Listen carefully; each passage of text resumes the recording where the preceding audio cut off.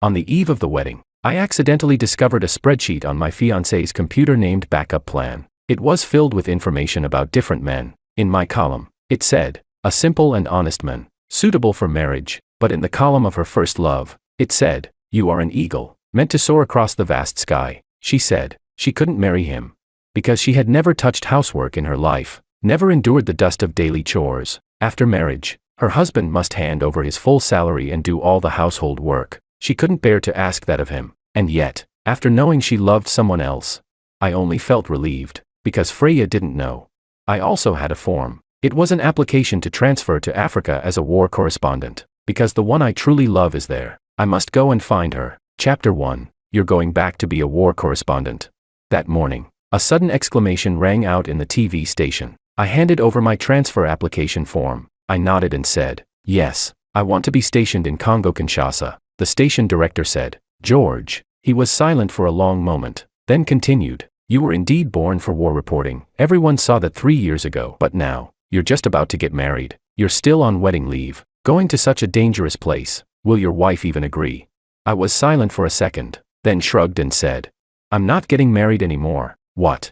Under the station director's stunned gaze, I firmly said, I won't be getting married. Yesterday, Freya went out shopping and asked me to send her the grocery list from her computer. On the computer, there were 2 spreadsheets. One was the wedding plan, and the other was called Rebound List. By some impulse, I clicked on the Rebound List, and I found it was her backup record. 6 men, each carefully detailed with job, assets, and personality. Mine was on the very first page. Name, George. Family background, orphan. Simple social ties. Personality, honest, reliable, emotionally stable. Remarks, hands over full salary. Does all household chores. Hard-working laborer. At the end, she highlighted a few words in yellow. Suitable to be the rebound guy. My brows furrowed. After pausing for a few seconds, I continued flipping. The others all had similar comments. Stingy, not considered. Too addicted to games, not considered. Not romantic, not considered. But the last sheet, except for the name and photo, it was completely blank. Only one remark line read, you are an eagle, meant to soar across the vast sky. His name was Makoto. Chapter 2. I remembered, when we were finalizing the guest list, Freya hesitated over this name. She added it a few times, then deleted it. I asked her the reason, and she said he was traveling around the world and probably wouldn't come back just for this. So, it was her first love. Freya's WeChat was still logged in on the computer. I found Makoto. Their chat history had been wiped clean, but his latest post read, damn it, the one I love is getting married. I'm going to smash the axle of her wedding car and crash the ceremony. Freya replied below, even if you try to stop it, it's useless. I won't marry you. Makoto replied. What the hell? So you've really found your true love this time, huh? Freya commented. What are you talking about? Makoto answered again, forget it. Your family is a bottomless pit, and I'm not interested in doing charity. The bride price is sky high, 20 million up front. They think I'm some fool to be ripped off. What? So if I'm poor, it's a fixed number, but if I'm rich, it scales like a percentage attack. Then I can't afford to marry you. Besides, I'm too used to living free and unrestrained. I can't give you the life you want. My journey is toward the stars and the sea. Freya wrote, yes, I know. That's why I'm marrying the one they want me to marry. I couldn't bear to let you do all that for me. Chapter 3. Couldn't bear to.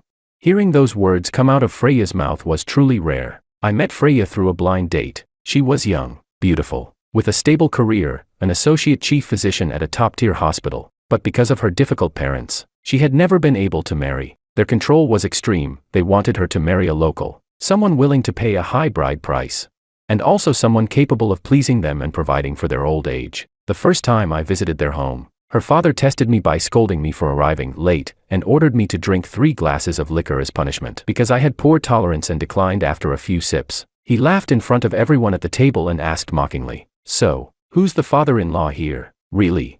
After dinner, he made me wash all the dishes alone, saying he had never let his daughter do chores. So after marriage, all the housework would fall on me, and I endured it all, because the moment I first saw Freya, I thought, for that face, I'll do anything. We dated for 2 years. Her parents were very satisfied with me, and Freya gradually got used to my care, the always hot meals, the spotless home. She was free to maintain her old lifestyle, traveling around, checking into scenic spots, getting regular massages and spa treatments, but her attitude toward me was always lukewarm, until her birthday this year, when I wanted to bake her a cake myself. The oven exploded during preheating. When she rushed to the hospital and saw my arm covered with shards of glass. For the first time she panicked, threw herself into my arms, and trembled, saying, "You don't have to do so much for me, it's okay if you don't." But even then, she never once truly felt heartache for me, never once said she couldn't bear to see me suffer. Later, she agreed to my proposal. I thought maybe there was some real feeling, that she was willing to walk with me, but it turned out, she only did it to satisfy her parents' wishes. Makoto was the one she loved so much she chose to give him up. The moment I saw their conversation, I was relieved. She had been acting for her parents, and I had been acting for myself, but no matter how good the acting was, it was still only a play. Chapter 4. When I returned home from the TV station, I dug out a few old camera bags from the back of the bookshelf. They were buried memories. The feel of the camera shells had become unfamiliar, and the batteries were long dried out. While waiting for the chargers to bring them back to life, I inserted the memory cards into my computer and opened those long-sealed photos. The first, women on the street waiting for cholera pills. The second, a 5-year-old child soldier, shorter than the gun he held. The third, refugees living in shattered tents. The smell of smoke and dust pierced through time. My heart felt as though seized by sharp talons. I leaned back in the chair, trying to calm my racing pulse, and let out a bitter laugh. I wondered, if Freya saw these photos, would she still write, honest and simple men, in the personality column about me? Just as I was thinking that, my phone buzzed twice. It was a message from her. She sent the location of a restaurant. I suddenly remembered, we were supposed to have a small gathering tonight with the bridesmaids and groomsmen. I had few relatives or friends, so they were all Freya's circle, but I knew this was only an excuse, because today, Makoto had returned to the country. Chapter 5. When I arrived at the restaurant, they had already ordered the dishes. Next to Freya sat Makoto. There was no seat left for me. When Makoto saw me, he looked me over with amusement.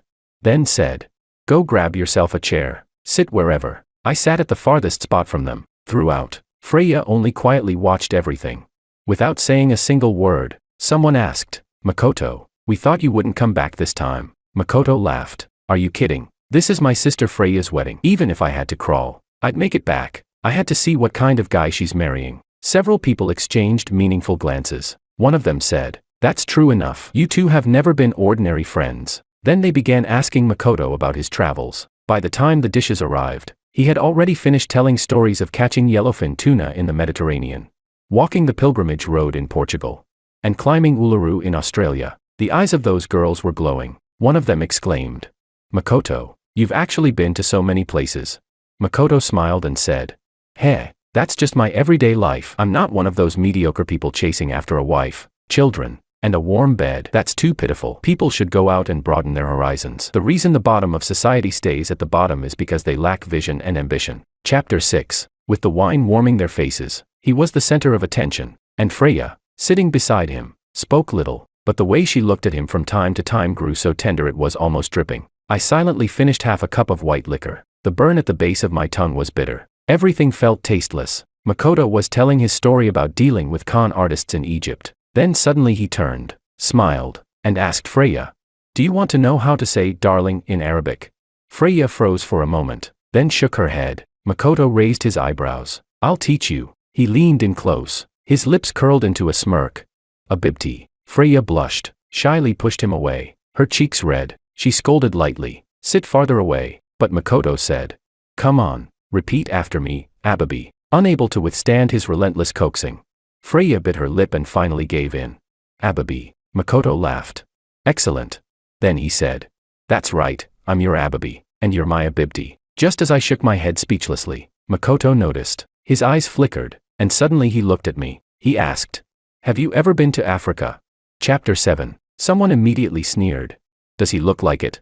Africa? He probably hardly even leaves the province." Even Freya gave a mocking smile and shook her head. Makoto narrowed his eyes, wearing an expression of victory. He said, "That's true. I asked the wrong person. What I should have asked is whether he's been laid off yet, or if his mortgage is still unpaid." The table burst into laughter. He turned his head away and launched into another topic. I slowly clenched my fists. I thought, perhaps I was a little drunk. Otherwise, why would I feel anger over such a cheap provocation?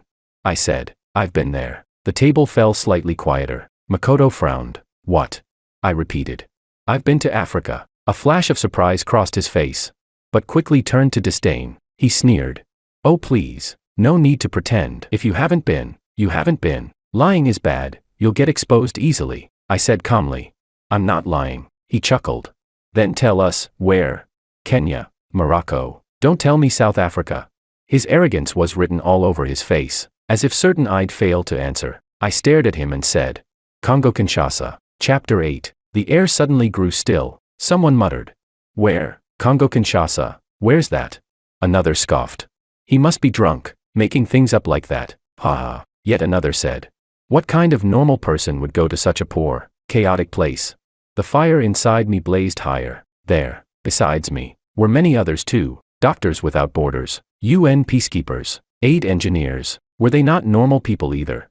I said. Not only have I been there, I stayed for an entire year. I saw them fighting wars over mineral resources. I went to Ebola treatment centers. I distributed food with UN staff, I added. I even took a bullet. The whole table fell into silence. Everyone's mouths hung open. And one more thing. I swirled the wine in my glass. I said. There are no yellowfin tuna in the Mediterranean, they prefer tropical waters. The pilgrimage road doesn't start in Portugal, it runs from France to Spain. And Uluru has been banned from climbing since 2019. I narrowed my eyes and said. Makoto, lying is bad. It's very easy to get exposed. Chapter 9. His face instantly turned pale. The crowd's puzzled, bewildered gazes shifted back and forth between us. Makoto suddenly stood up, voice fierce but weak at its core. He's an orphan with no parents. How could he possibly have gone to those places? He's the one lying. I rubbed my chin and smiled. Then why don't you show everyone the photos? If you've been to so many places, surely you must have taken a few pictures, right? He stammered. I forgot. I asked. Don't tell me you don't have any. His panic grew. He turned to Freya and said. Freya, what's wrong with your husband? Isn't today supposed to be my welcome back dinner? Why is he targeting me at every turn? Forget it. Since I'm so unwelcome, I'll just leave. With that, he kicked his chair aside and stormed out. The room instantly fell into chaos. One girl exclaimed anxiously. Makoto drove here, and he drank so much. What if something happens? The next second, Freya shot me an angry glare and hurried out after him. The others quickly followed. Someone said.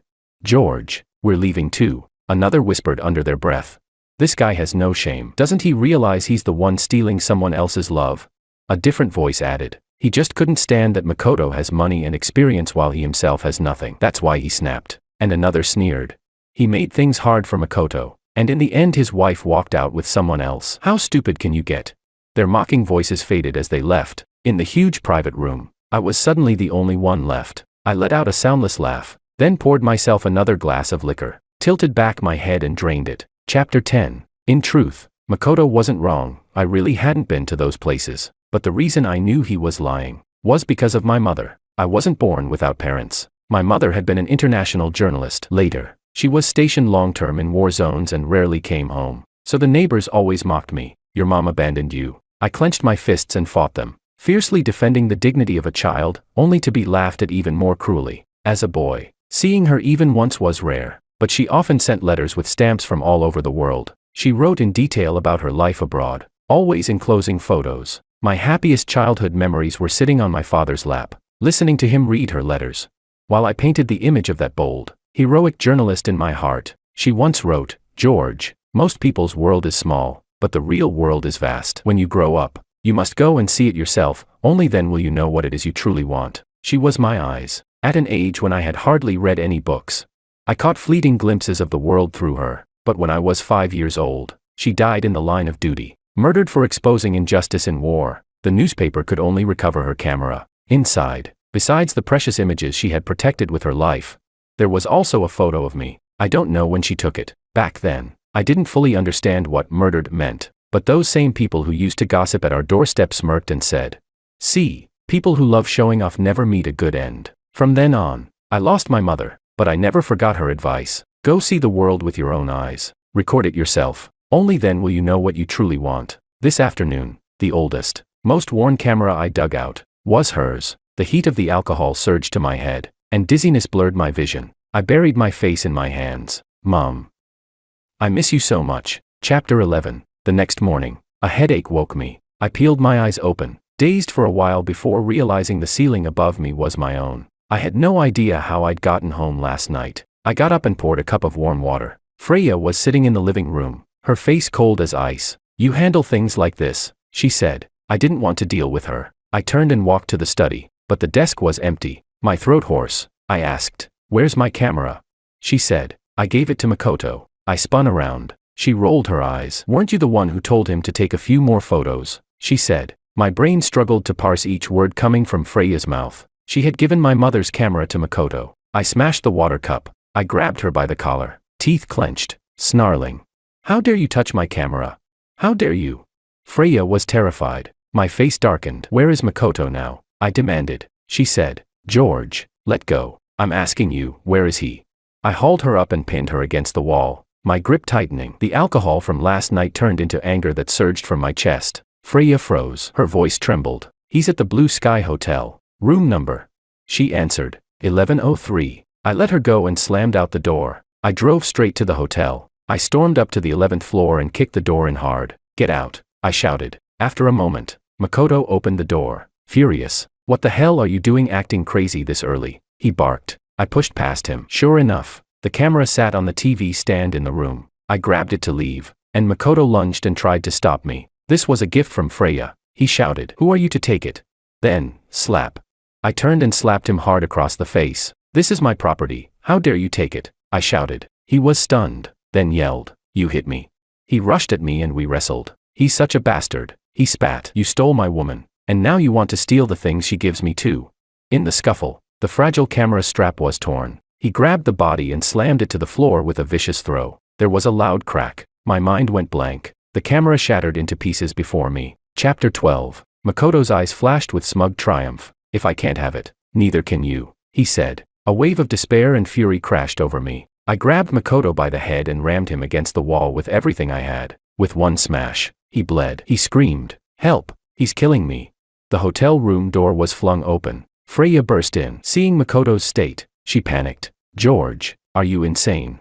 Makoto clutched his forehead, legs trembling. "Call the police. Freya, call the police." I shoved him aside and fell to my knees. With trembling hands I tried to assemble the broken pieces. I didn't care that my fingertips were cut by glass. No matter how I pieced them together, it wasn't right. Freya grabbed my hand. "Calm down. It's shattered, can't be put back together," she said. I shuddered violently. An itch rose in my throat. She snapped at me. "Look at you, so pathetic. It's just a broken camera. Buy a new one. Is this really worth it?" I bit my lip until it split. The metallic taste of blood filled my mouth. A broken camera. It was my mother's only keepsake, and she treated it like some useless piece of junk. I looked up. My hatred barely contained. I slapped Freya hard. My bloody fingertips smeared across her face. Through gritted teeth I said, "Freya, get out. Get out of here."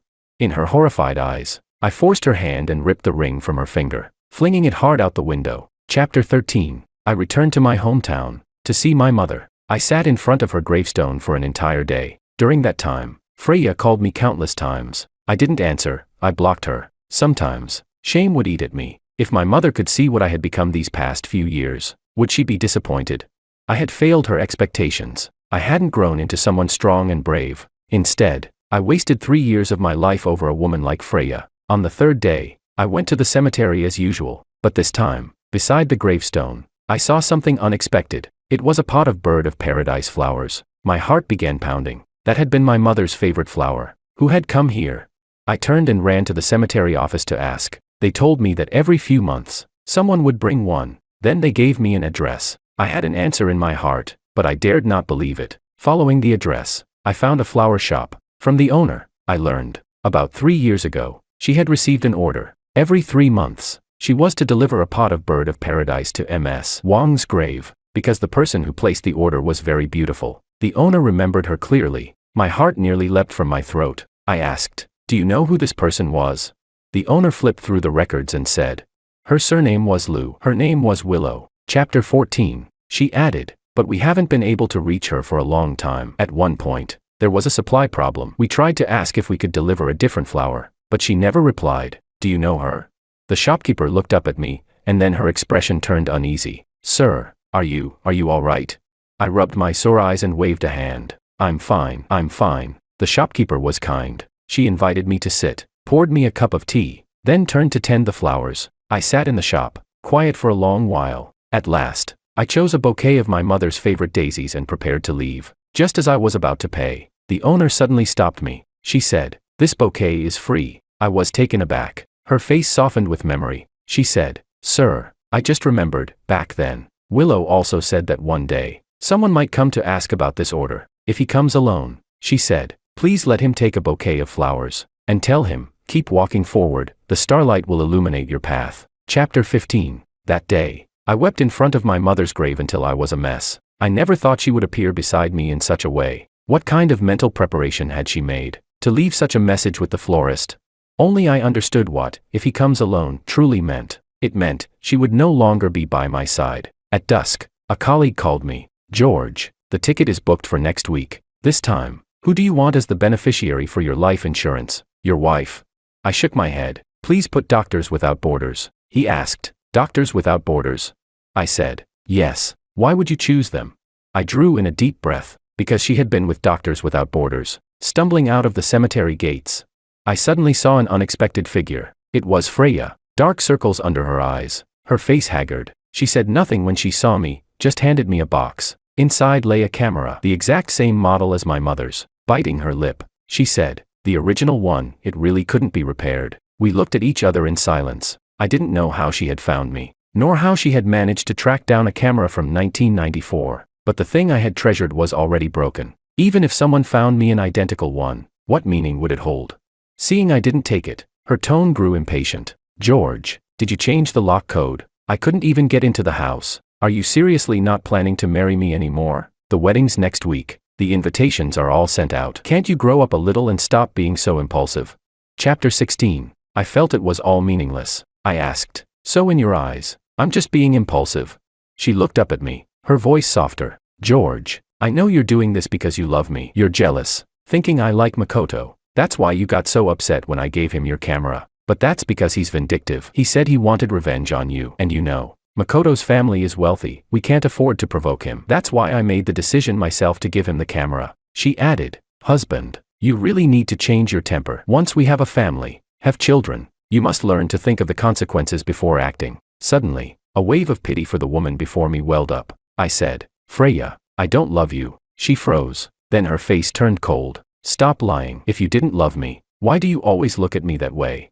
I chuckled lightly, raised my hand, and stroked her face one last time. "What a pity, soon I'll never see this face again." As if realizing something, her expression shifted sharply. "What do you mean by that?" But then her phone rang. It was Makoto. She hesitated a few seconds, then answered. On the other end, his voice was hollow and broken. "Freya, then I'll go. Tell George the first was wrong too. I caused trouble for both of you. I'm sorry. I just couldn't stop being jealous of him." Freya asked, "Makoto, where are you going?"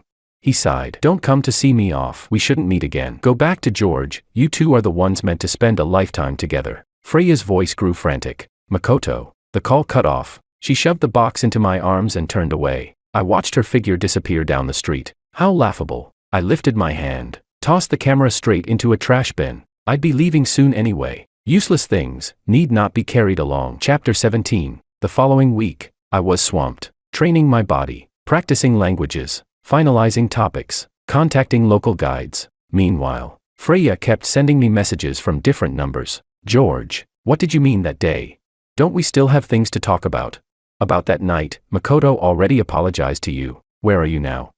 I didn't reply to a single one. The day before I left, she asked again. "Tomorrow is the wedding. Where are you?" I snapped the SIM card in two, dragging my suitcase behind me. I headed for the airport without looking back. When dawn lit the cabin window, the plane took off. There were no direct flights from Beijing to my destination. I had to transfer in Cairo, nearly 20 hours in total, long enough for me to relive old memories. I pulled down the eye mask the stewardess had handed me, and whispered to myself, "Willow, I'm coming back." Chapter 18. The first time I met Willow was in a refugee camp. At the time, the situation in the east was chaos. Armed groups, fighting over minerals, tribal grudges, and more. Raided villages. Hundreds of thousands were forced from their homes to seek refuge in the cities. When I arrived at the camp, several doctors were treating a little girl. She'd been caught in an explosion. A tiny stone was lodged in her ear. The girl struggled violently, making the doctors afraid to try removing it. Then someone shouted, "Lu." An Asian woman came over. After examining the girl, she reached into her white coat and pulled out a set of cards. The girl was immediately captivated. As she focused on the pictures, one of the doctors swiftly extracted the stone. It clattered into the tray. At the same instant, the cards in the woman's hand vanished, replaced by a potted African violet. The girl's eyes went wide. She tugged at the woman's sleeve, searching, but found nothing. Then she clapped her hands with delight, tugging her parents' clothes, shouting with joy. The woman handed the flower to the girl, then ushered the grateful parents out of the tent. I lifted my camera and captured the scene. The click of the shutter made her turn toward me. She looked surprised, and asked in French, "Not many Asian faces here, where are you from?" "China," I replied. Her eyes widened, and she switched to Chinese. She told me her name was Willow, a doctor stationed there with Doctors Without Borders. Thinking of what I'd just seen, I asked, "Where did you get that flower?" After all, flowers were rare in a refugee camp. She curved her lips into a light smile. "I grow them. Want to see?"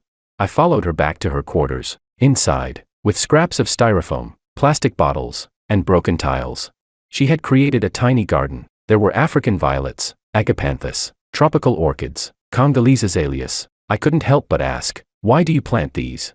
She crossed her legs, answering as if it were obvious, "Because flowers make people happy." I was puzzled. She only smiled brighter. Tilting her head, she said, "I know what you're thinking, that food, clean water, and medicine are far more urgent. Flowers are useless, right?"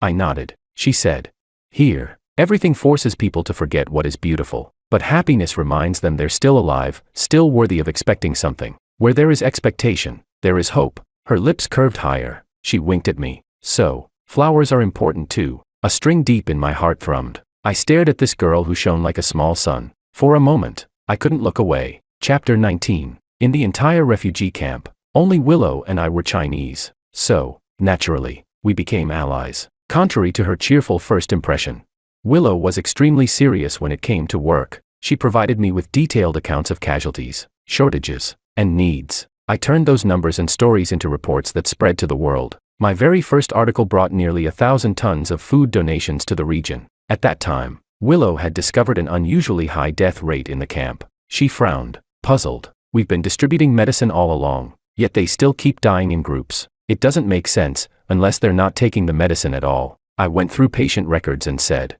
"I'll investigate." After countless visits, I found the truth. Almost all of the free medicine had been diverted to the black market. Drug dealers could trade a single bag of moldy cornmeal for life-saving tablets, because that bag could feed a refugee family for a month. When the report was published, it stirred an uproar in international media. The World Food Program quickly redirected supplies. The day the aid convoy arrived, the camp erupted in cheers it had never known before. We worked ourselves to exhaustion, distributing the food, drenched in sweat yet filled with joy. When I handed the last sack of potatoes to a mother cradling her baby, Willow and I collapsed against the side of a truck. She turned her head toward me. A smile lit up her entire face, making her already radiant features shine even brighter. She said, "George, thank you." I blinked in confusion. "Thank me for what?"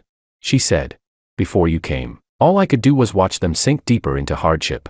And there was so little I could actually do. But now, through you, I see the meaning of my work. You've made the world see them, and us." In that moment, my heart pounded like a drum. I could hardly breathe. I scratched my head in a panic, desperate to hide the restless storm inside me. Chapter 20. After that, we quickly grew close. Willow was well liked. Her medical skills were outstanding. She always found solutions at critical moments, and her lively spirit dissolved much of the despair that hung over the camp. I loved being around her, wherever she was. Even my interview subjects were more willing to talk. One day, I followed her to spray disinfectant around the camp to prevent cholera. Suddenly, a cry for help came from an empty tent. Pulling aside the flap, we saw a man forcing himself on a girl, ripping her clothes. My face went cold. I rushed in and kicked him off. He cursed and swung a fist at me, but Willow raised the badge on her chest and said, "If you want medical care in the future, you'd better leave right now." The man's eyes flicked to the badge. Grumbling curses, he pulled up his pants and fled.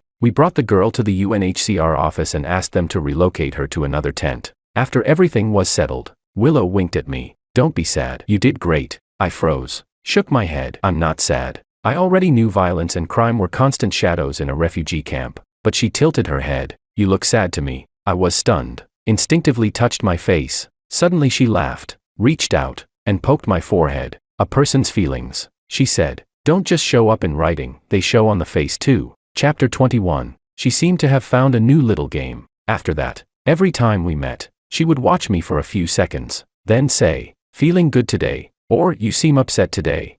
I found it helpless and funny. I couldn't help asking, "How do you actually tell?"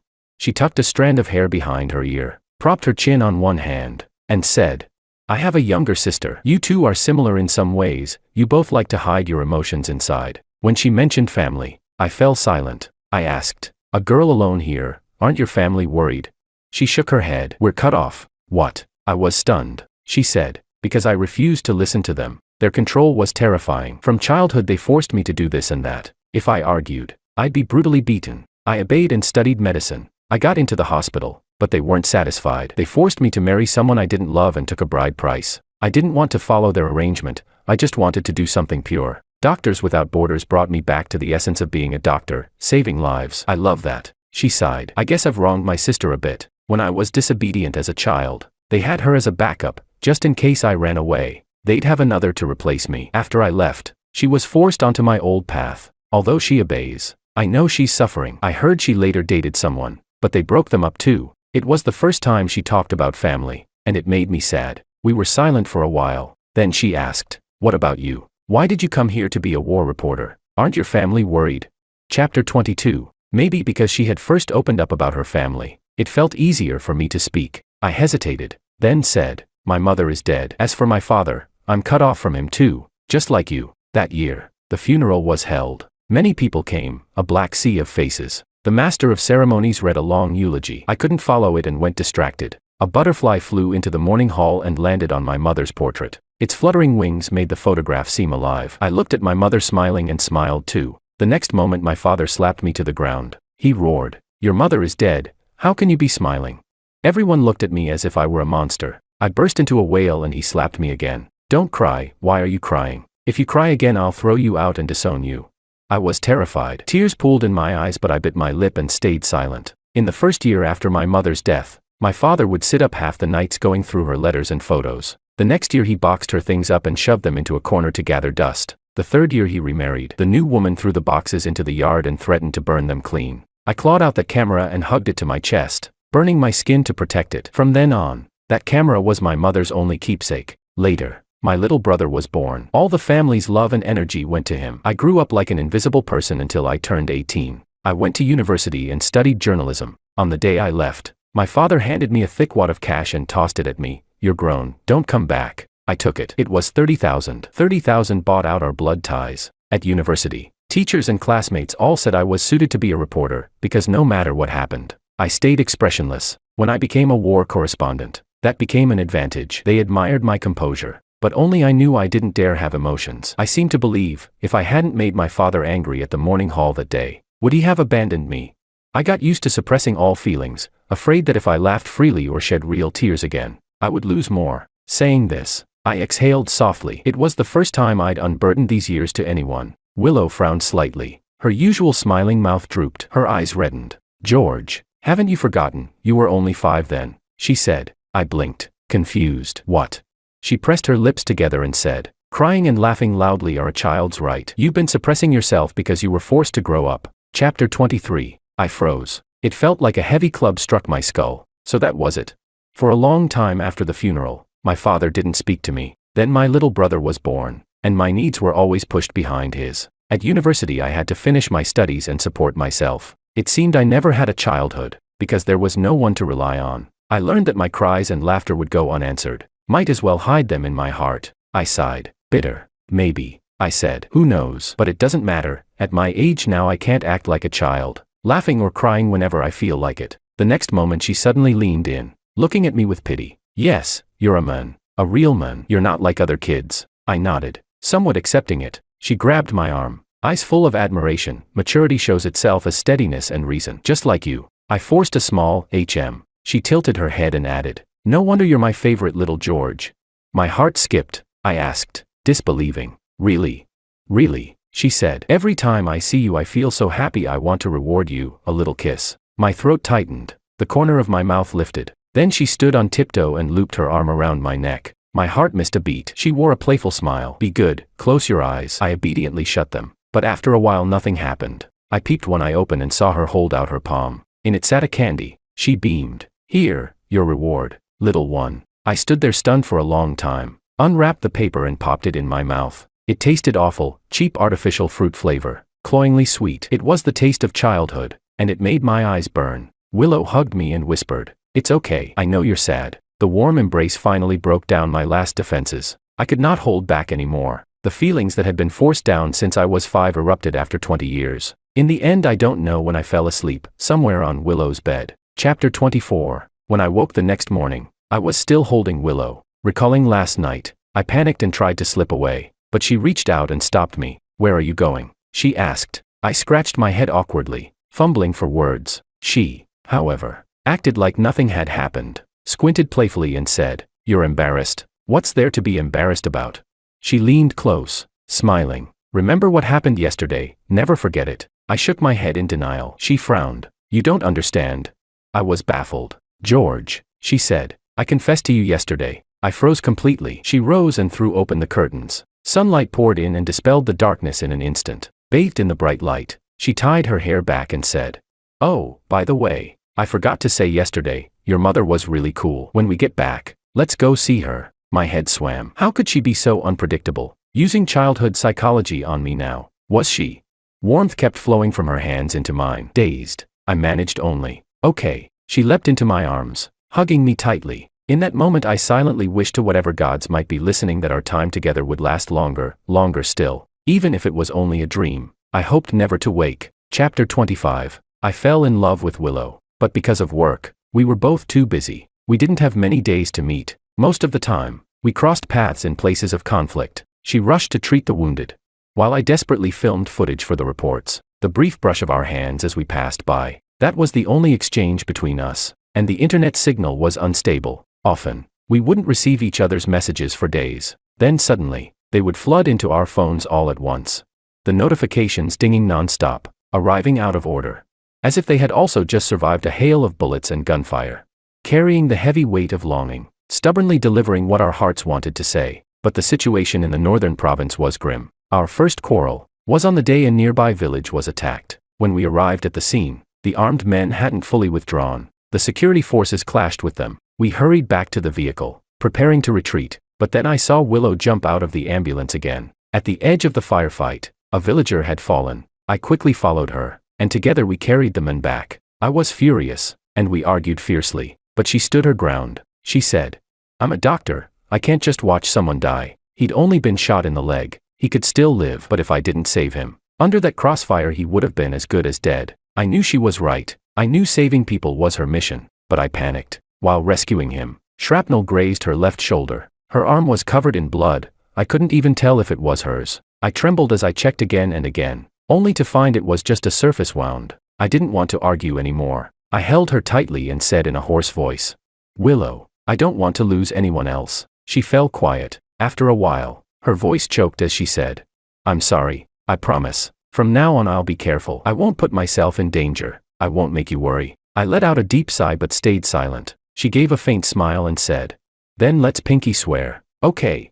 She reached out her hand, making the gesture. She said, "Two hands hooked, never change for 100 years. If one breaks the promise, they turn into a puppy." Then she added with a laugh, "I absolutely can't turn into a puppy. Otherwise, how could I introduce myself when I meet your mom?" "Hello, Auntie. My name is Dog Lou." Her words left me speechless. I could only pinch her cheek helplessly, but inside, my heart sank. Everyone knows, a pinky swear is just a psychological comfort. The battlefield is the cruelest place. For the first time, I deeply realized that every single day with Willow was priceless, because no one could ever tell whether death or tomorrow would arrive first. Chapter 26. As the fighting grew more frequent, Ebola began attacking this already battered country. By spring, Willow was even busier. Because medical staff were scarce, she started running between the refugee camps and the treatment centers. Then armed men suddenly launched attacks on treatment centers in multiple cities. Many doctors had to abandon their work and evacuate, but Willow refused to leave. On one hand, the situation here was still relatively stable. On the other, the center still had nearly 100 patients. If everyone left, those people would only lie in their beds and wait to die. She and 4 other doctors stayed behind and adapted as best they could. But it wasn't long before the militants occupied the suburbs and cut off the roads in and out.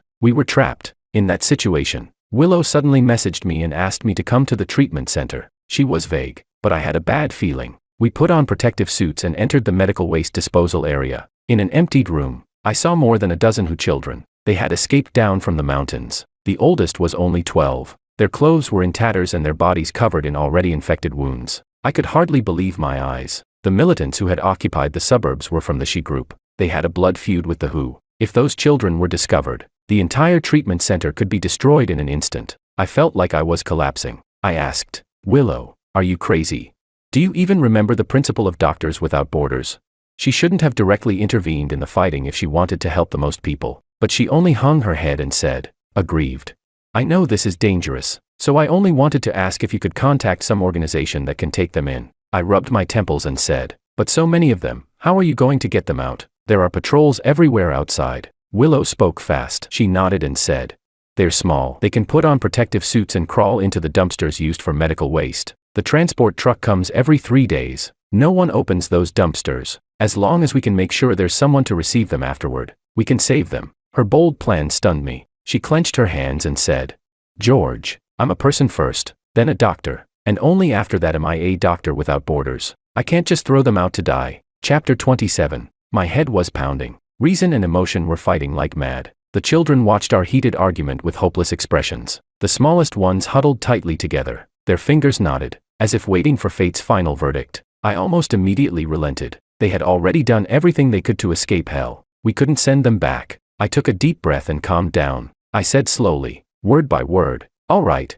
I'll help you. Then I added, but I won't just help contact someone to receive them. I'll personally get them all out of here. Willow froze and immediately refused. No, it's too dangerous here. I smiled and repeated, yes, it's dangerous. Willow pressed her lips together and stayed silent. I said, if you don't agree, I'll go out now and tell them there are children hidden here. She snapped, we never should have involved you. I shrugged, too late, you've already dragged me in. Willow sulked and turned away, refusing to speak to me. I sighed, lifted her chin and forced her to look at me. I took a deep breath and said, at worst, we can die together. She instantly protested, flustered, ugh, don't say that, no way that will happen. I stroked her face and said, yeah, of course not. After all, you promised me, you still have to come back with me to meet my mother. Chapter 28. I had to admit, Willow's plan was almost flawless. No one wanted to touch the medical waste from Ebola patients, and no one would imagine that people could be hidden inside. Each time, we could send out 2 children. On the way,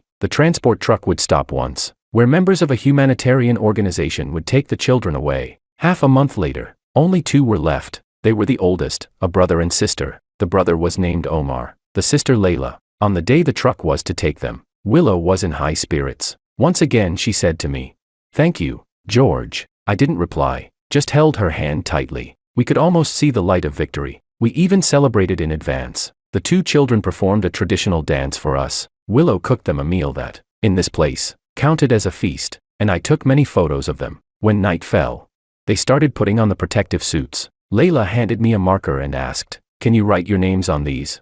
Willow and I were surprised, but still signed our names. I thought for a moment and added, I hope you grow up well. Willow wrote, I hope you reunite with your family. I added, I hope the war ends soon. Willow wrote, I hope we can meet again in the future. We filled their suits with blessings. By the end, everyone was in tears. They threw themselves into our arms. Their muffled voices came from under the protective suits. We'll remember you forever and ever. Thank you, you are great heroes. Chapter 29. In the middle of the night, the truck drove into the center. As usual, we placed the children into the dumpster and loaded it onto the truck. But right after everything was done, gunshots rang out in the main hall of the center. Willow and I froze. The militants had broken in, saying they'd received word that children were being hidden here. I pretended to stay focused on my work, listening to them violently kick doors open, searching every corner of every room. My heart pounded so hard it almost burst. They ransacked the place, finding nothing. After threatening us a few times, they were about to leave, when suddenly someone outside shouted that he had just seen the departing truck. The militants rushed out immediately. The last one leaving cursed aloud,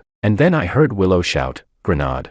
I turned my head in a daze. Life and death hung on a single instant. Everything stretched into slow motion before my eyes. I saw the grenade arc slowly downward. I saw the other doctors' faces, frozen in terror, and I saw Willow running toward me. In the moment before the blast, she threw herself over me. Chapter 30. There was a bang, and then time snapped back into place. I was slammed to the ground as if by a scorching giant hand. I spat out a mouthful of blood. My insides felt like they'd been thrown out of place. Thick smoke rose everywhere. I couldn't see clearly, Something wet ran down my face. I touched it, my whole palm was covered in blood. Willow had been blown away, lying on her side not far from me. I tried to get up but couldn't steady myself. I could only crawl over on trembling knees and check her breathing with shaking hands. Thank God, she was still alive. Somewhere, more gunfire erupted. I scooped her into my arms and started running for the exit. But people with guns were everywhere. I had to turn sharply and plunge into the woods. We ran for who knows how long until my legs went numb and lost feeling. I could no longer keep going and collapsed to the ground. Willow woke at that moment. She struggled to sit up and help me, but she couldn't move her body. Weakly she said, "George, you go first." I couldn't stop sobbing and dragged myself back up anyway. Furious. "No," I grit out. "We go together." She pushed my hand away. "You go. Find someone. Come back for me. 2 people won't get away." I broke down. "Willow, we made a promise. You can't die. If you die, I'll haunt you even as a ghost." She pressed her lips and smiled, then choked on the blood in her mouth and coughed. She said, I'm not lying to you. The liar is the puppy." I painfully pulled myself up and propped her against a tree, tears running uncontrollably. She kissed my cheek and said, "Go. You won't let me die, right?" My voice was hoarse. "You must wait for me. I'll come back for you. You'll be fine." She smiled and waved weakly. "Okay," she said. Chapter 31. I turned to continue fleeing. The next second, a thunderous shot rang out behind me. Something threw me to the ground. My breath stopped. I'd been hit. I turned in terror and saw Willow fall beside me. There was a through-and-through wound in her chest. Her white coat was soaked red and blood was pouring from her mouth. My mind went blank. Ignoring my own injuries, I forced myself over her. "Willow, Willow." I pressed at her wound in vain. Utterly panicked, I muttered, Stop the bleeding, must stop the bleeding first." But she lightly gripped my hand, a simple motion that seemed to consume all her strength. Tears streamed down her face. "Sorry, I love you, in the next life, I'll find you again." Her eyes held a tangle of feelings, reluctance, pity, resignation. Then the light faded from them. Her hand slipped from mine lifelessly to the side. I stood there stunned. A huge wave of disorientation and rage hit me. It felt like my heart was being burned. I coughed up another great mouthful of blood. My vision blurred and cold sweat poured out. The adrenaline faded and the searing pain in my shoulder made me see stars. I still wanted to hold her, furious at this sudden, final death, calling, "Willow," but my body was at the limit. I fell backward, and everything went black. Chapter 32. When I woke again, the faint smell of disinfectant hovered at the tip of my nose. I had been transferred to a hospital back home. The doctor said I'd been in the ICU for 2 whole weeks. My internal organs were severely bruised and I'd been shot in the shoulder. But by some cruel mercy, my spleen hadn't ruptured and the bullet hadn't passed all the way through. I hadn't bled out badly, so I survived until help arrived. I knew very clearly it was because of Willow. She had saved my life. I asked everyone I could contact about her whereabouts, but they all told me the scene had been too chaotic. Willow's body hadn't been found, and because the casualty numbers rose, Doctors Without Borders had suspended its project in the northern province. No one could continue searching for her, and so Willow vanished. I woke up from nightmares night after night. Her image before death replayed endlessly in my head. The doctors diagnosed me with PTSD. I started taking medication, doing therapy, even drinking myself under the table. None of it helped. Everyone suggested I try a new life, stop clinging to the past, and move forward. But how could I move on?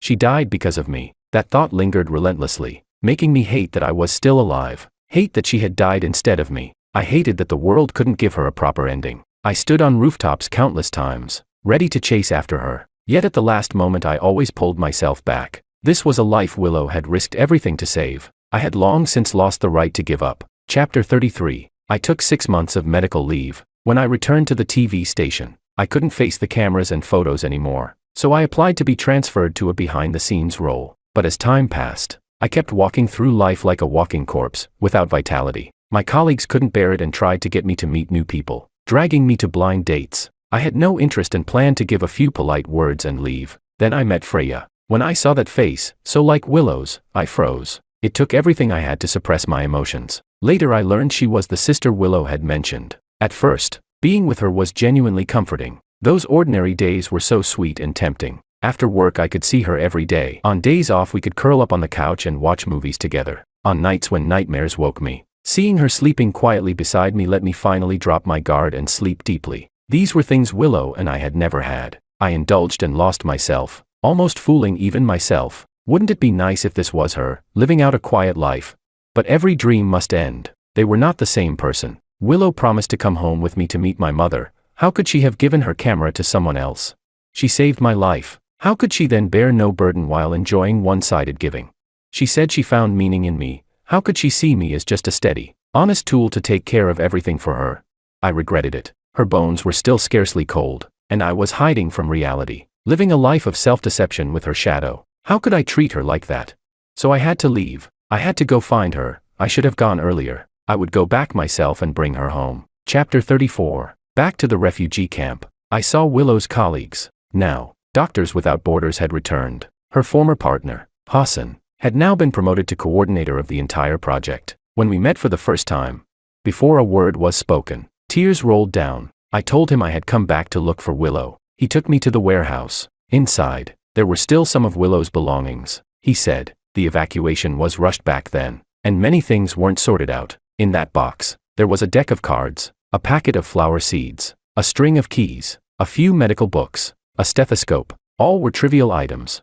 Yet each one was closely tied to her. It felt as if I had returned to 3 years ago. One afternoon, when I pushed open the door to her dorm room, I saw her sitting on a chair reading, twirling a pen in her hand. When she saw me, her brows lifted, her eyes smiled, and she said, "You're here." Hassan too seemed lost in melancholy. He said, "These things should have been dealt with long ago, but I thought, maybe one day you would return to collect them for her. So I kept them. I didn't expect the day would really come. I accepted them with solemnity." Hassan, thank you. I was the one who came too late. After that, I told him I still wanted to look for the children from back then. He promised he would keep an eye out for me, but after so many years, he told me not to hold too much hope. When everything was done, I returned to the dormitory. I found messages from my colleagues. They said Freya had come looking for me. Chapter 35. On the wedding day, I didn't show up. Her parents were furious. She searched everywhere for me. Only after asking my colleagues did she learn that I had already come here. She refused to believe it,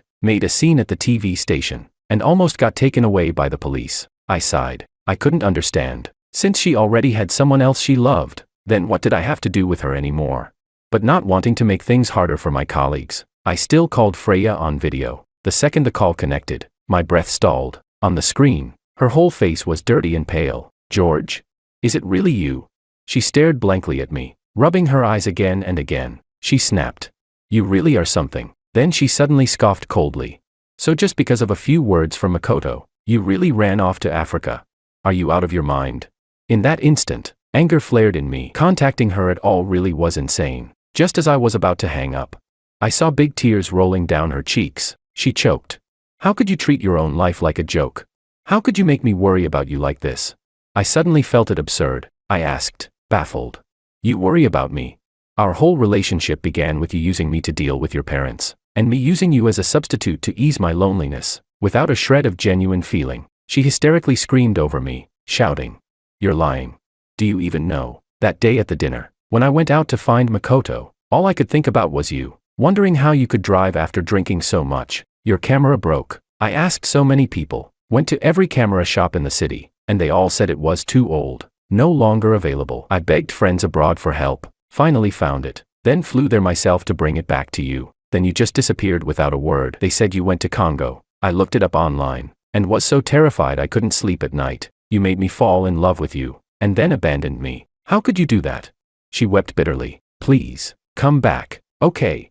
She raised her hand, showing me the ring I had thrown away on her finger, speaking in a pitiful tone. We stared at each other for a long time. Finally, I suddenly laughed. I said, "Freya, you never even truly understood me. How can you talk about love?"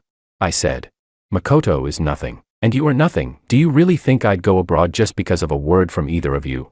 I came back only because the person I love is here." Her pupils shrank, and in pain she swept everything off the table. She shrieked, "Who is she? Who is she?" I coldly hung up the call. I said, "You don't need to know." Chapter 36. I restarted my work as a journalist. After 3 years, the situation here had become even worse than before. The areas under control of the armed groups had expanded to an unprecedented level. Food crises, cholera outbreaks, sexual violence, and kidnappings happened one after another. This place seemed to have truly become a land forsaken by God. Every day I witnessed scenes as if from hell, and I would think, does anything we do here really have meaning? For me, it felt as though I was only recording the endless cycle of tragedy. The world could see the suffering here, but then what? And for Doctors Without Borders, was their treatment truly extending hope or only prolonging pain? No one could say for sure whether surviving in such a place was fortune or misfortune. A few months later, Hassan told me he had found 5 of those children. Among them were Omar and Layla. That day, they had managed to escape. Later, they reunited with their relatives, and now they lived with family members. The news was uplifting. I rushed to see them. As soon as the car arrived at the place we had agreed to meet, Layla came running. She threw herself into my arms, eyes brimming with tears. You finally came. She had grown taller, blossoming into a young lady. She anxiously looked into the car, asking me, "Where's the doctor? Why didn't she come with you?" I paused and said, "She had other things to do." Layla instantly twisted her fingers tightly together. She asked, "Did something happen to her?" Children who have faced death become acutely sensitive to ambiguous words like these. I firmly shook my head. I said, "No, she's fine. Let me show you." I searched through my phone, but I realized I didn't have any photos of Willow, because I hadn't dared to look at them. After returning home, I had sealed them all away inside my computer. In the end, I only found one photo of Freya. She was dressed in white, reading medical records under the dim, warm glow of a desk lamp, and she looked so very much like Willow. Layla saw the picture. At last, she believed me. She jumped up and down with joy, pulling on her brother, saying, "One day, I'm going to be a doctor too." The other children chimed in, "Me too. I want to heal the sick and save lives." I patted their heads and turned to the boy who had stayed silent all along. "And you, Omar, what do you want to be?" Omar glanced at the camera hanging from my chest, embarrassed, and said, "I want to be a journalist." I froze. He continued, "I want to be like you, letting the world see the people who are suffering. If they can be seen, maybe someone will be willing to reach out a helping hand. If Willow were still here, she would surely be glad." The seeds we had unknowingly sown were now sprouting. Before leaving, I gave Omar my compact camera, and gave Willow's stethoscope and books to Layla and the other children. Their cheeks flushed with excitement, even as the car drove away. They stood at the roadside, waving with all their strength, their smiles radiant. I thought, maybe it really does have meaning after all. An individual's power is small, incapable of shaking the larger reality, but it can still ignite someone else's hope for the future. These children, living in ravines, still long to lift a bright tomorrow with their scarred bodies. Just as Willow once said, "Where there is expectation, there is hope." A few more months passed. My plan to find Willow's remains yielded nothing. I went to that forest many times, but since it had been night back then, I had no idea which direction I had run. In the end, I could only give up. I began sorting through old photos. Piece by piece, I recorded Willow's story on my Instagram. Many details, after 3 years, had already grown blurry. At first, I only did this out of fear that with time, I would forget even more, but unexpectedly, the posts went viral. Countless comments poured in, people wanting to know more of her story. Someone wrote, "Chinese people must have farming genes carved into their bones. No matter where they are, they can always make a garden." One of her former patients recognized her, commenting, "Dr. Lu was really wonderful." My mother was already a bit confused from illness, but every time she spoke with her, she was never impatient. From those comments, I pieced together an image of her in the days before we had ever met. Not long after, I received a video call from Freya. She had sent me a screenshot of my Instagram and asked, "Is this you?" I admitted it openly. Yes. Her eyes were bitter as she said, "So the one you meant was my sister." "That's right," she whispered. "I should have realized long ago. No wonder you always looked at my face like that. I thought you really loved me." She lowered her head in loneliness. She asked, "My sister, is she doing well now?" I hadn't yet written the later parts of the story, so she didn't know. I answered coldly, "No, she isn't. She died 3 years ago." The phone slipped from Freya's hand, crashing heavily onto the floor. After a long while, the screen finally flickered back. She was nearly collapsing. Freya choked. "She's dead. Why didn't I know? Why didn't you tell me?" I asked. "What do you think?" I sneered. "All these years, has anyone in your family ever cared about her?" Freya trembled violently, too guilty to meet my eyes. I remembered the first time I met her parents, when I cautiously asked if she had any siblings. Her parents waved dismissively, "No," and Freya herself had said, "I used to have one, but just consider her dead." When I asked what she meant, she lashed out at me uncharacteristically, snapping, "In this house, her name must never be mentioned." She hated Willow, hated her for escaping that home and leaving her as the new victim. Her parents hated Willow even more, hated that she was their child, yet beyond their control. So how could I ever tell them? I raised my head and said, "Stop pretending to be pitiful. Who are you acting for? Do you think she ended up in a place like this for no reason? It was all because of you." Freya hung up in panic. Chapter 37. A few days later, Freya's parents came after me. They said Freya had gone missing. Only then did I learn that on that day Freya had rushed home and smashed the house clean. She said it was all her parents' fault. If they hadn't pushed Willow away, she wouldn't have left home, wouldn't have met me, and she wouldn't have died, and Freya wouldn't have, out of repression, fallen for the rebellious Makoto and ended up where we are now. Everything in between was a chain of cause and effect. There was no solution. After that, Freya handed in her resignation at the hospital and disappeared. The two parents, both over 50, cried and screamed as if they were being ripped apart. How can we be blamed for Willow? As parents, we only wanted our daughter to marry well. What's wrong with that? If only she had stayed obediently at the hospital and married into a good family like we said, she wouldn't have ended up like this. It's all her own doing. How can Freya sulk at us over something like this? After all, we're still her parents. We beg you, please bring her back. We've already lost one daughter, don't let us lose another. I could not bear it, I snapped. Enraged. Get out. You don't deserve to be parents. I felt awful, wandering around. I ended up back in that patch of woods. I sat beneath a big tree and stared at the mottled patches of light on the ground, hugging my knees tight. Although Willow had only spoken to me that one time, I could guess how much she must have suffered at home. Her emergency contact in the Doctors Without Borders records had first been her partner. Later it became me. She never wanted her family to know if anything happened to her. And yet from that tattered, broken home grew someone as gentle and kind as she was. Thinking that made me sad all over again. Chapter 38. A gust of wind blew through. Something hard fell from the tree and struck my forehead dead on. I howled and gasped. When I picked it up I saw it was a tag, an identification tag. People who work and live in war zones often carry these so they can be identified if they die in an accident. I thought it belonged to some soldier who had left it behind. But when I turned it over, the front was engraved, Willow Lou. I leapt to my feet, running my fingers over the letters again and again. How could this be? How could her tag be here? I looked around. Only then did I notice that the tree I'd been leaning against was different from the others. It towered above the rest, its leaves rippling a dark green, and the soil around its roots was blackened. As I stared, something clicked into place. I began tearing at the earth with my hands like a madman, my fingernails filled with dirt and blood. I dug and dug until a white bone showed. At that moment I broke into uncontrollable sobs. I fetched tools and unearthed what the roots had wound around. In the soil I found fragments of the white coat she'd worn that day. It was Willow. I had found her. Finally, I had found her. She had likely been buried hastily where she fell, and by coincidence the tag had been embraced and grown over by the big tree until it was revealed again. Today, as I sat under that tree, it fell. It was as if she had seen me mourning and had given my forehead a sharp poke to tell me, cheer up, don't waste yourself on a life that isn't worth it. All that's over now. I clutched her skull tightly and, trembling, said, all right, let's go home. Let's go home. Chapter 39. I applied for leave and brought her ashes back to our country, burying them beside my mother, since her real family never wanted her. Then I would be her family. On the day of the burial, I saw Freya. She had grown much thinner, and in her hands she carried 2 bouquets of white chrysanthemums. She placed them before my mother's grave and Willow's. She said she already knew everything. She showed me a video of an apology posted online. It was from Makoto. He apologized to me and to the others he had deceived. He confessed that he had never gone traveling around the world. He had been in Beijing all along. He thought such a persona would keep Freya obsessed with him. So he lied to everyone, and the reason he had spoken so harshly to me was simply jealousy, that I was really about to marry Freya. After watching the video, Freya called Makoto in front of me. He spoke anxiously. Freya, I already apologized like you asked. I'm being cursed out by everyone, shouldn't you forgive me now? And that thing you said about being willing to marry me, that's true, right?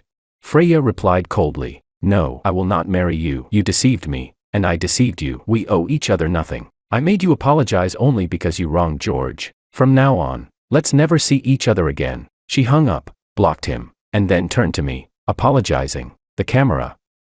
I'm sorry, I didn't know it was your mother's keepsake. I gave a cold laugh and said, you don't need to apologize, because I will never forgive you. The damage done was beyond repair. What use was a powerless apology? Her expression dimmed. She added, I also wronged my sister. When she first left, she tried to contact me many times, but each time I blamed her, scolded her. In my heart I knew that it wasn't her fault our parents forced me to break up with Makoto, but I didn't have the courage to run away, and I envied her. She stared blankly at Willow's tombstone. She said, if I hadn't been such a coward, if I had gone with her back then, would I have had the chance to meet you too?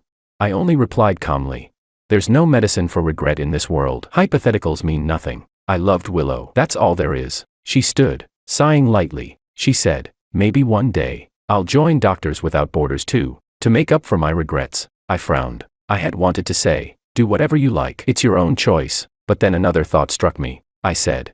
Someone once said, her younger sister didn't really want to be a doctor. She hoped that person would truly think about what kind of person she wanted to be. Freya froze. As if caught in memories of the past, her eyes reddening completely. I picked up the 2 bouquets. I said.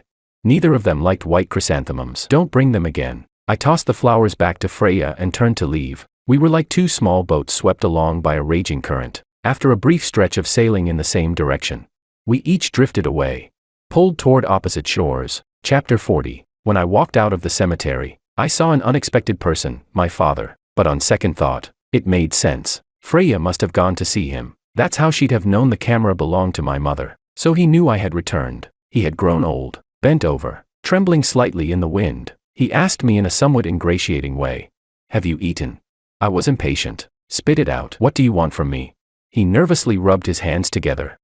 Could you come home for a while?" he asked. I said, "Didn't you tell me when I was little, don't come back when you grow up? Haven't I been doing exactly what you wanted? Staying away and making a life for myself. Now you want me to go home?"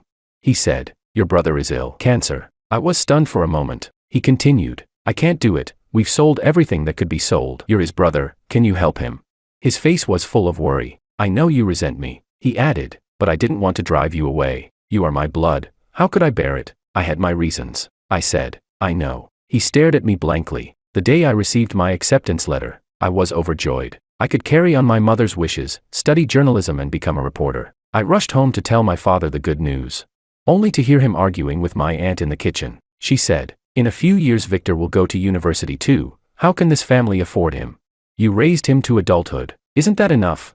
Diego, think this through. This house can have him without me, or have me without him." I quietly closed the door again and ran out to sit by the street for an entire afternoon. That whole summer I lived in dread, waiting for the final verdict. When the admissions were announced, my heart finally fell, and was utterly shattered. I said expressionlessly, "You didn't want the home you'd barely rebuilt to collapse again. So you chose to sacrifice me. No matter how unwilling, you still drove me away." He tried to say something, but I cut him off. "I understand you, of course, but only understand. So I choose to stand on my own side. You should understand, too, to me, you are an incompetent, unfit father." I took out my phone and checked my bank balance. Over the years he'd sent money to my account sporadically. So far it totaled a bit over $320,000. I said, "Maybe you still fantasize that I'll at least return the money you gave me. But I took that money with a clear conscience. It's what you owe me, and what I deserve." I added, "From now on, don't come looking for me again." Chapter 41. After leaving the restaurant, I suddenly felt an immense lightness. The burdens that had weighed on my heart one by one dissolved like smoke. I turned my steps toward the flower shop where Willow had once bought a bird of paradise for my mother. The shopkeeper recognized me, but the shop was nearly empty. She was loading the remaining empty pots onto a truck. I asked, "Where are you moving them to?" She smiled. "We're closing. I want to do something else." I paused for a moment and said, "That's fine." Using the leftover lily of the valley, hyacinth, and olive branches in the shop, she wrapped a small bouquet for me. She said, "May we both embrace new lives." We exchanged a hug, reluctant to let go. On the way home, the sunset spread like clouds of color, the evening light gilding everything. I stopped to admire it for a while. Suddenly I received a call from the station director. His tone was anxious. "George, your leave may have to end early." I asked, "What happened?"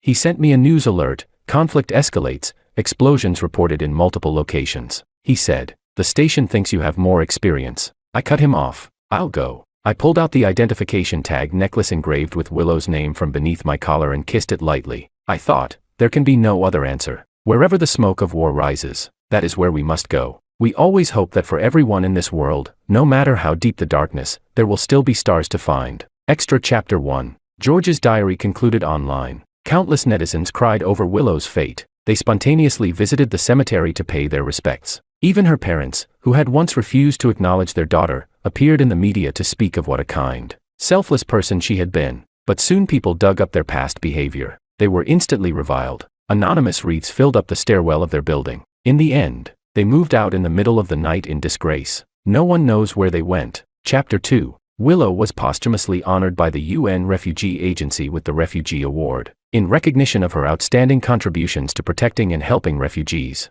Chapter 3. Freya did not join Doctors Without Borders. She bought the flower shop beside the cemetery. George's words that day had reminded her of swinging in the yard with her sister when they were children. Back then her sister had asked what she wanted to do in the future. She had said she wanted to run a big flower shop. That memory had been lost over time. Every year, no matter how busy, George would find time to visit the cemetery to pay respects to my mother and to Willow. Those visits were the only days when Freya could see him again. At other times she could only watch his footsteps spend the war-torn regions of the Middle East and Eastern Europe. She counted the days devoutly, looking forward to every meeting with him. Although George paid her no mind, she felt that being able to see him again was enough. Chapter 4. Makoto was socially ruined. Even former friends cut ties with him, calling him a liar who fabricated his past and had bad intentions. With nowhere left to turn, he went to find Freya, only to discover that her eyes contained nothing but George. He had turned himself into a complete clown. Chapter 5. 2 years later, George's brother passed away from his illness. His stepmother had already cost him the family. Now he had lost his son as well. She and George's father divorced. Diego's family fell apart again. This time he no longer even had a son by his side. Not long after, he died. Chapter 6. George continued supporting the children they had helped rescue. In the end, Omar and Layla did become a journalist and a doctor. Many years later, George won the Pulitzer Prize for journalism. In his acceptance speech he said, "If you cannot stop the war, then tell the world the truth about it, be the world's eyes."